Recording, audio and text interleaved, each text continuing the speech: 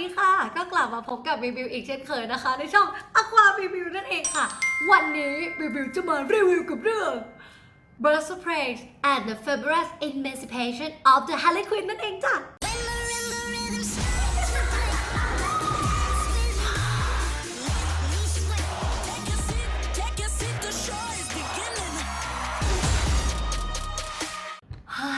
ก่อนจะพูดชื่อเรื่องจบเหนื่อยมากแม่เอาเป็นว่าเรียกสั้นๆง่ายๆว่า Birds of Prey และ Harley Quinn ผู้ระเชิดนั่นเองจ้ะแต่เบบิวจะขอเรียกสั้นๆว่า Birds of Prey นะคะสำหรับ Birds of Prey เนี่ยเป็นเรื่องราวของ Harley Quinn ล้วนๆเลยจ้ะแม่ซึ่ง Harley Quinn เนี่ยนะคะก็เลิกกับมิสเตอร์เจไปแล้วจ้ะก็คือแบบอกหักแต่ฉันก็แบบว่าอกหักแบบแกร่งๆกับเธอนึกออกปะถึงฉันจะไม่มีมิสเตอร์เจแต่ฉันก็ดูแลตัวเองได้แกแล้วก็ได้รวบรวมเพื่อนๆมานะคะเพื่อทำบางสิ่งบางอย่างให้มันแบบถูกต้องนั่นเองนั่นก็คือการช่วยน้องคนนี้ค่ะน้องแคสเซนดราเชนส์นะคะซึ่งเป็นมือล้วงอันดับหนึ่งเรียกว่ามือล้วงอันดับหนึ่งด้านไปล้วงเพชรค่ะของเรียกว่าเป็นผู้มีอิทธิพลด้านมือที่ยิ่งใหญ่ในเมืองกอตแทมนะคะในเส้นเรื่องของฮาร์ลีย์ควินเนี่ยก็คือ Black Mask ค่ะซึ่งรับบทโดยยูนแมคเกรเกอร์หรืออาจารย์โอบิวันของเราเองนะคะ I have the high ground ซึ่งในครั้งนี้เนี่ยเขาก็รับบทเป็นตัวร้ายที่แบบว่าเข้าสู่ทางดาร์กไซด์ด้วยเต็มที่เลยจ้ะก็เรื่องราวจะเป็นอย่างไรฮาร์ลีย์ควินเนี่ยจะช่วยน้องคาสเซนดราให้พ้นเงื้อมือของ Black Mask ได้หรือไม่นั้นบิวก็อยากให้ทุกคนเนี่ยนะคะไปติดตามรับชมกันได้ในโรงภาพยนตร์กับ Birds of Prey and the Fabulous Emancipation of the Harley Quinn หรือ Birds of Prey กับ Harley Quinn ผู้ระเชิดพูดแล้วเหนื่อยมากแม่มาถึงความรู้สึกหลังดูของบิวกันเลยดีกว่านะคะกับ Birds of Prey ซึ่งบิวบอกเลยว่าชอบมากชอบมากๆจริงๆดูจากทรงผมดูจากหัวใจที่อยู่บนนี้นะคะบอกเลยว่าถ้าเรียกว่าเป็นติ่งฮาร์ลีย์ควินก็เป็นติ่งได้แหละเนาะสำหรับบิวเนี่ยนะคะหนังเรื่องนี้เนี่ยมันเป็นเรท R ที่สมก็เป็นเรท R จริงๆแล้วเป็นเรื่องแรกของ DC เลยนะคะที่มันเรท R แล้วสดใสฟุ้งฟริ้งกิ้งกล่องแก้วได้ขนาดนี้ให้ดูตัวอย่างโปสเตอร์บางโปสเตอร์แล้วกันยกตัวอย่างฮาร์ลีย์ควินจะเห็นว่ามีระเบิดมีสติกเกอร์ระเบิดมีสติกเกอร์ของแบบว่ารองเท้าสเก็ตบอร์ดต่างๆนะคะและไอ้สติกเกอร์พวกเนี้ยมันมีอยู่เต็มหนังเลยทุกคนแล้วพี่บิวชอบมากคือเป็นคนชอบสีสันสดใสในหนังมากจะมีแบบอธิบายตัวละครว่าคนนี้ชื่ออะไรมีความแค้นอะไรกันมาอะไรอย่างเงี้ยจะอธิบายอย่างเงี้ยเต็มเรื่องไปหมดเลยแล้วมันสนุกมากมันเป็นการสร้างสีสันให้กับหนังฮาร์ลีย์ควินได้โดยที่มันไม่น่าเบื่อเลยอันนี้บิวต้องพูดตามตรง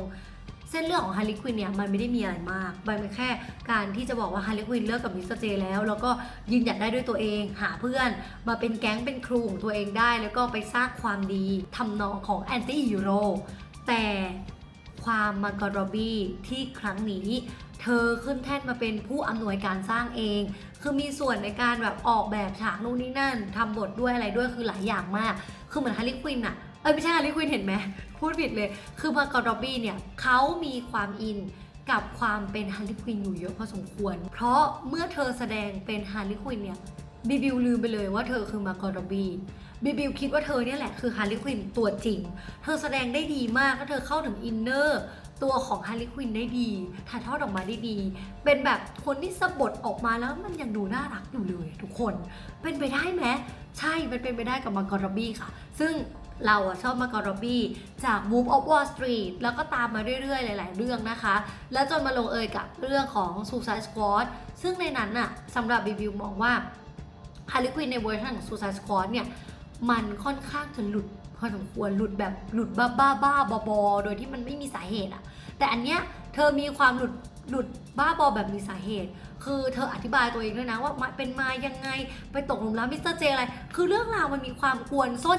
ในแบบของฮาร์ลีย์ควินจริงๆมันกวนโอยมากแล้วมันแบบคือมันเรียกเสียงฮาเรียกเสียงหัวเราะสำหรับเราได้เยอะมากจริงๆอีกส่วนหนึ่งที่ดีมากๆที่เรารู้สึกว่าสื่อเมืองนอกเขาชมมาว่าซาวด์แทร็กดีมันดีจริงๆทุกคนแล้วดีทุกเพลงย้ำว่าทุกเพลงจริงๆลองไปดูกันได้นะคะเดี๋ยวลิสต์รายชื่อเพลงเนี่ยถ้าเป็นไปได้จะใส่ไว้ใน description box ด้านล่างคลิปนะคะจะให้ไปตามฟังการรีวิวจะพยายามรวบรวมมาให้ครบเนาะถ้าเพลงไหนเขาปล่อยลงไปใน YouTube แล้วมันแบบสนุกทุกเพลงจริงๆแล้ว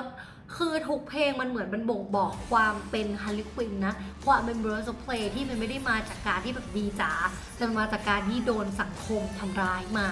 แล้วรู้ว่าเฮ้ยอย่างเงี้ยมันไม่ดีแต่เราจะตอบกลับความไม่ดีแบบเนี้ยด้วยความแบบ bad ass ของตัวละครหลายๆตัวอันนี้คำนองนี้ดีกว่านะคะอีกอย่างหนึ่งที่ชอบก็คือการแสดงของยูนแมคเกเกอร์ลองมาจากมาร์กอโรบี้นะคะซึ่งครั้งเนี้ยอย่างที่บอกไปเขาเป็น Black Mass โอ้โหเล่นอะไรได้ร้ายขนาดนั้นอะร้ายแบบจิตมากเพราะว่าตัวละครตัวเนี้ยมันเหมือนกับว่ามีความโรคจิตนิดๆก็จิตสู้กับจิตนะเนาะคนที่เป็นโรคจิตต้องมาสู้กับคนที่เป็นโรคจิตกว่าอะไรเงี้ยมันต้องมาหักหลังกันนะคะเขาแสดงได้ดีมากคือหลังจากที่บีวิวได้ดูเขาจากคริสโตเฟอร์โรบินที่เป็นหมีภูแล้วมาดูเขาเล่นต้นสลีปแล้วก็มาเล่นเป็นอันเนี้ยคือ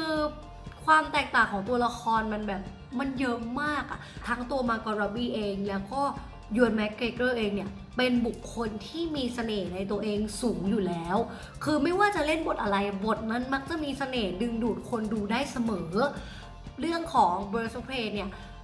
มีบุญมากที่ได้ตัวมาร์กอโรบี้เป็นผู้อำนวยการสร้างและได้ยูนแมคเกเกอร์มาเป็นแบบแรงหนุนอีกทีมันทำให้หนังเรื่องนี้มีเสน่ห์ในตัวเองสูงมากถึงแม้เส้นเรื่องจะไม่แข็งแรงแต่ตัวละครทุกตัวมันแข็งแรงหมด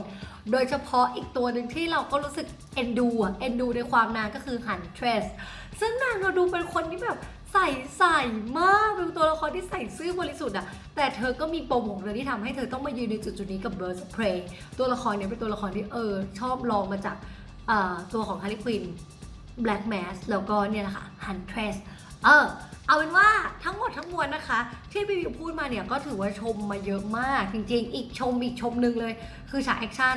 ถึงแม้ว่ามันจะเป็นฉากแอคชั่นที่ดูจงใจจะแอคชั่นเสร็จจริงๆเนี่ยแต่มันเป็นแอคชั่นที่เราดูแล้วเหมือนแบบดูฮาร์ลีควินกำลังเต้นให้เราดูอยู่มันไม่ได้มีการสู้เลยมันเป็นหนังเรทอาร์ที่บอกแล้วมันดูนุ่มนวลมันดูทรงคิ้วไปหมดมันดูน่ารักมากจริงๆนะคะยังไงก็อย่าลืมไปดูกันได้นะคะกับ Birds of Prey บีบิวลืมบอกไปเลยนะคะอันนี้บีบิวพูดมาจากอนาคตหลังจากที่ถ่ายคลิปไปแล้วประมาณ5นาทีจะบอกว่าหนังเรื่องนี้เขาค่อนข้างเคารพต้นฉบับพอสมควรเอาอย่างนี้ดีกว่าต้นฉบับเป็นมายังไงเขาก็ยัง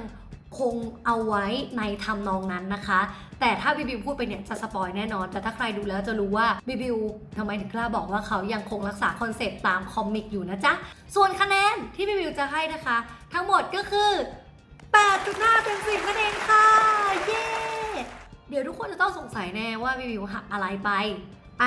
อย่างแรกเลยนะคะที่หักนั่นคือช่วงต้นเรื่องสตาร์ทนานมากนานจริงๆกว่าจะเข้าจุดเรื่องหลักได้คุณแม่ฮาร์ลีควินเล่นแบบเล่าย้อนไปซะแบบ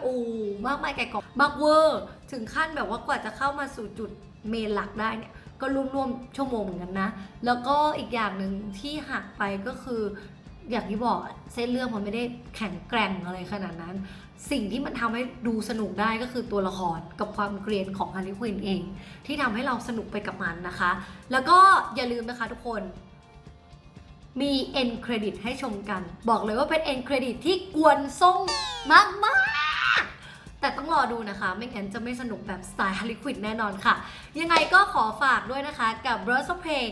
and the Fabulous Emancipation of the Harley Quinn Birds of Prey กับ Harley Quinn ผู้เลิศเชิดเอาไว้ในอ้อมอกอ้อมใจของทุกคนนะคะก็เข้าฉายพร้อมกันทั่วประเทศนะคะในวันที่6 กุมภาพันธ์นี้ทุกโรงภาพยนตร์ค่ะยังไงก็ขอลาไปก่อนนะคะบ๊ายบายสวัสดีค่ะก่อนจากกันไปนะคะ เรียนแบบช่องใหญ่สักนิดนึงบอกบีบิวหน่อยค่ะว่าทุกคนเนี่ยชอบฉากไหนใน Birds of Prey กันบ้างสำหรับบีบิวเนี่ยชอบฉากที่เธอสเก็ตไหลลื่นแค่นั้นละกันชอบฉากนั้นสุดๆเป็นฉากแอคชั่นที่บิวคิดว่าเฮ้ยออกแบบมาได้สุดยอดดีจริงๆเลยค่ะยกนิ้วให้บ๊ายบายสวัสดีค่ะ